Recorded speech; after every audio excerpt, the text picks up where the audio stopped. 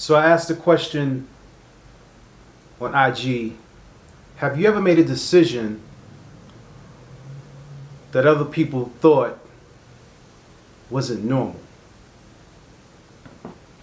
And most of you say yes.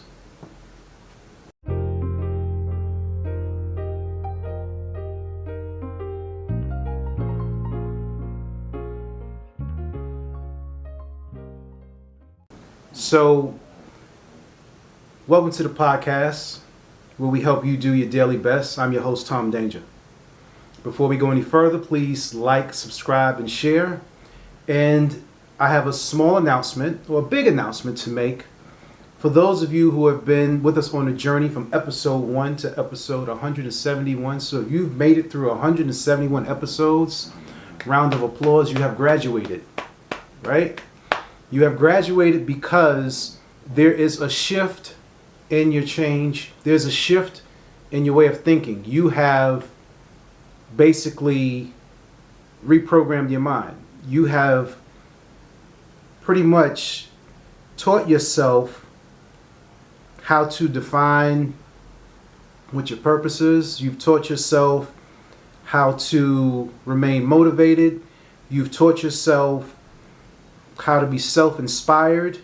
You've taught yourself how to remain confident in those difficult situations. You've taught yourself how to handle anxiety. You've taught yourself how to handle difficult situations. You've taught yourself how to have difficult conversations with family members.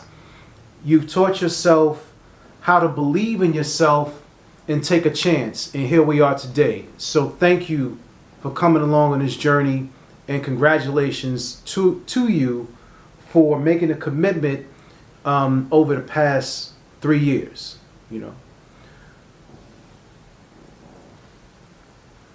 My daughter asked me a question this morning, and she said, "Dad," she said, "you're a rap artist, but why did you pick the job that you had?" And this is one of those moments where you can't bullshit a child because they know. And I had to look at her and honestly say, because I didn't do what I was supposed to do. And the not doing what I was supposed to do is basically fulfilling the dream. Sometimes you will allow yourself to get stuck in the norm. You get stuck in what other people consider to be normal, which is why I asked the question in the beginning, have you ever made a decision?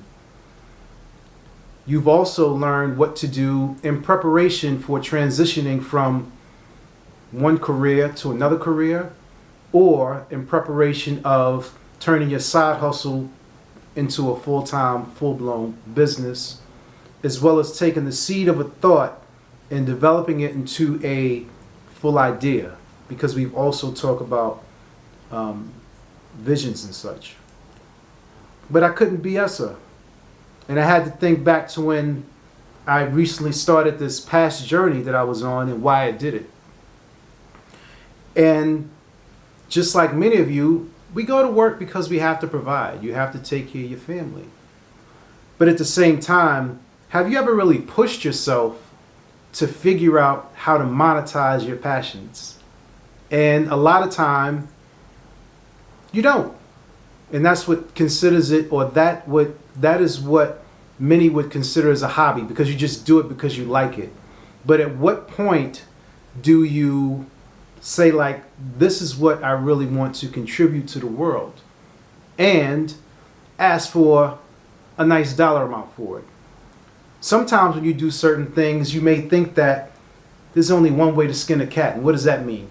Well, if you're an artist, the only way you're really going to get paid is if you do, and I'm just saying this to Grace, don't worry about the light and dark. That's totally fine. We're not on that, right? There's so many ways to get paid that sometimes you are blinded by tradition. You got to get a record deal. You got to sell a whole bunch of streams. You got to do live shows. There's so many opportunities right now that are just more than ever and in abundance And I'm happy to say that, you know, at some point we're going to transition the name of the show from Motivation and Confidence to the Tommy Danger Brown Show, because for one, motivation and confidence is a overly used and abused word, right? Everyone feels as if they're a motivator and they can make people feel confident, and it's sort of like a cliche, right? So we don't really want to rock with that. We want to be known as the brand. You talk with Tommy, you know, you kicking it with Tommy when you tune in. So that's one thing. But in the second half of this journey, we're going to show you what it is to take it from what was once considered as a hobby, and all the elements that go along with it, and how we're going to monetize it. So you're going to be front row seat. You're going to see songwriting tips. You're going to see examples of branding, examples of marketing. You're going to see networking skills. You're going to see how to build a team. We're going to put everything right in front of your eyes so that you can really see that this is something that's possible. Excuse me. And more than anything, the part that I'm most proud of is that there is no age limit.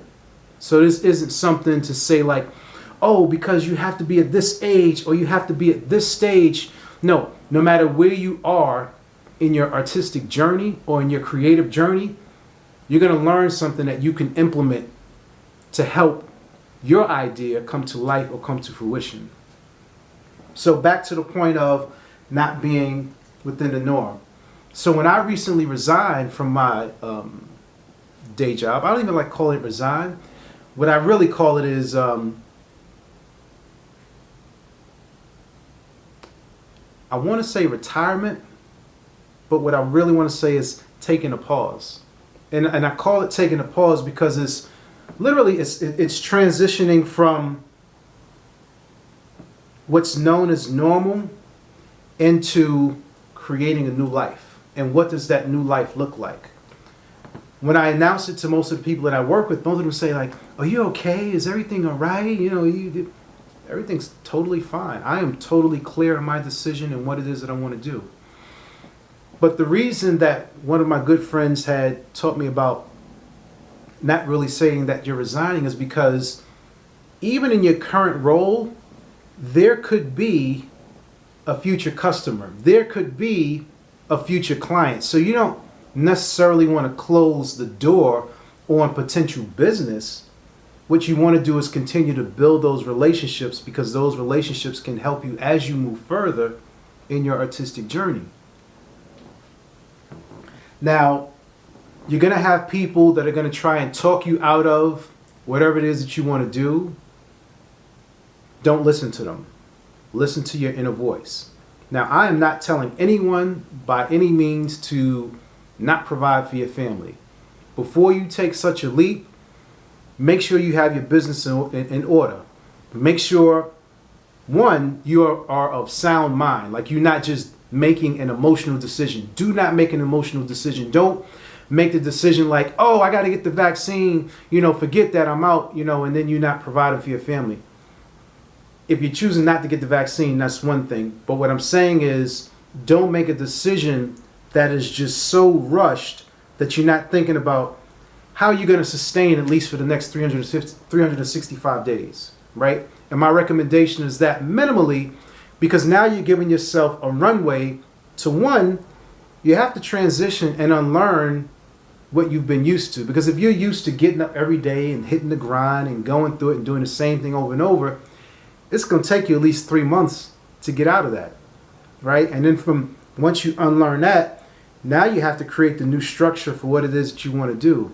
Then once you create the new structure, now you got to put your ideas into a think tank or a lab. And from the think tank to the lab, then you're going to move it into production. So there's a phase or framework that you have to go through before you actually reach that point of just saying, all right, this is going to be up and running and moving, all right? But I just wanted to share that with you guys. For those of you who are brave enough to take the leap, I don't even want to call it a leap. For those of you who are considering taking more control over your life, salute to you. And as always, if you have some comments or people that you like featured on the show, you can hit us up at tomdanger.com. That's TOMDANGER.com. Hit the contact form or follow me on social media, Motivation and Confidence, where we help you do your daily best.